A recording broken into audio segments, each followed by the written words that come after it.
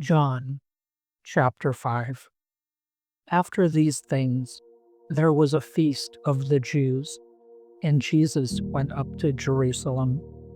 Now in Jerusalem, by the sheep gate, there is a pool, which is called in Hebrew Bethesda, having 5 porches. In these lay a great multitude of those who were sick, blind, lame, or paralyzed, waiting for the moving of the water. For an angel went down at certain times into the pool and stirred up the water.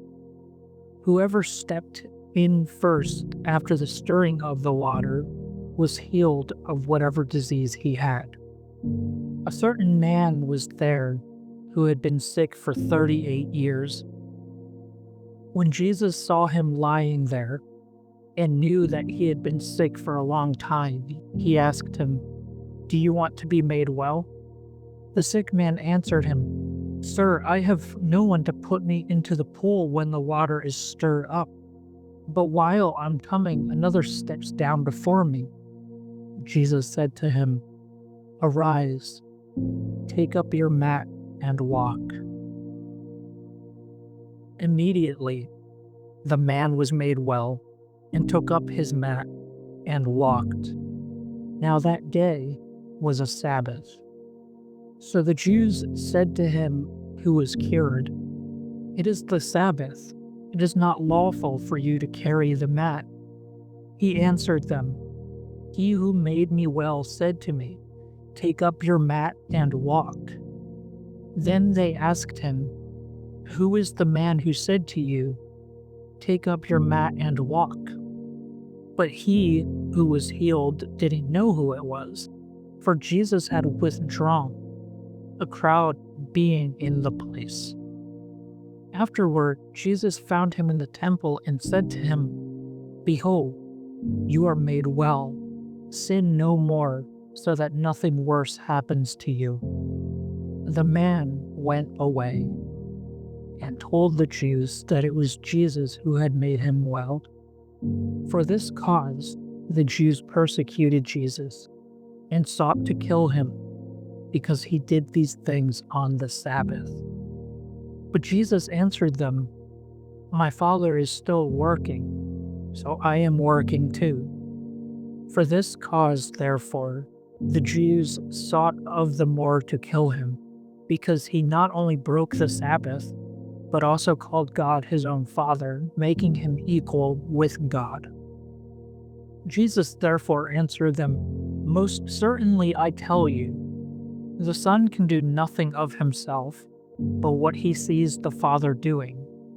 For whatever things he does, these the Son also does likewise. For the Father has affection for the Son, and shows him all things that he himself does. He will show him greater works than these, that you may marvel. For as the Father raises the dead and gives them life, even so the Son also gives life to whom he desires. For the Father judges no one, but he has given all judgment to the Son, that all may honor the Son, even as they honor the Father. He who doesn't honor the Son doesn't honor the Father who sent him. Most certainly I tell you, he who hears my words and believes him who sent me has eternal life, and doesn't come into judgment, but has passed out of death into life. Most certainly I tell you, the hour comes, and now is, when the dead will hear the Son of God's voice, and those who hear will live. For as the Father has life in himself, even so he gave to the Son also to have life in himself. He also gave him authority to execute judgment, because he is a Son of Man. Don't marvel at this, for the hour comes in which all who are in the tombs will hear his voice, and will come out, those who have done good to the resurrection of life, and those who have done evil to the resurrection of judgment. I can of myself do nothing. As I hear, I judge, and my judgment is righteous, because I don't seek my own will, but the will of my Father who sent me. If I testify about myself, my witness is not valid. It is another who testifies about me. I know that the testimony which he testifies about me is true. You have sent to John, and he has testified to the truth. But the testimony which I receive is not from man. However, I say these things that you may be saved.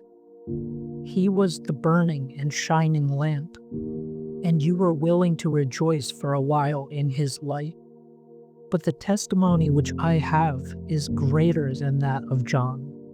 For the works which the Father gave me to accomplish, the very works that I do, testify about me, that the Father has sent me. The Father himself who sent me has testified about me. You have neither heard his voice at any time, nor seen his form. You don't have his word living in you, because you don't believe him whom he sent. You search the scriptures because you think that in them you have eternal life, and these are they which testify about me. Yet you will not come to me that you may have life. I don't receive glory from men, but I know you, that you don't have God's love in yourselves. I have come in my Father's name, and you don't receive me. If another comes in his own name, you will receive him. How can you believe, who receive glory from one another, and you don't seek the glory that comes from the only God? Don't think that I will accuse you to the Father. There is one who accuses you, even Moses, on whom you have set your hope.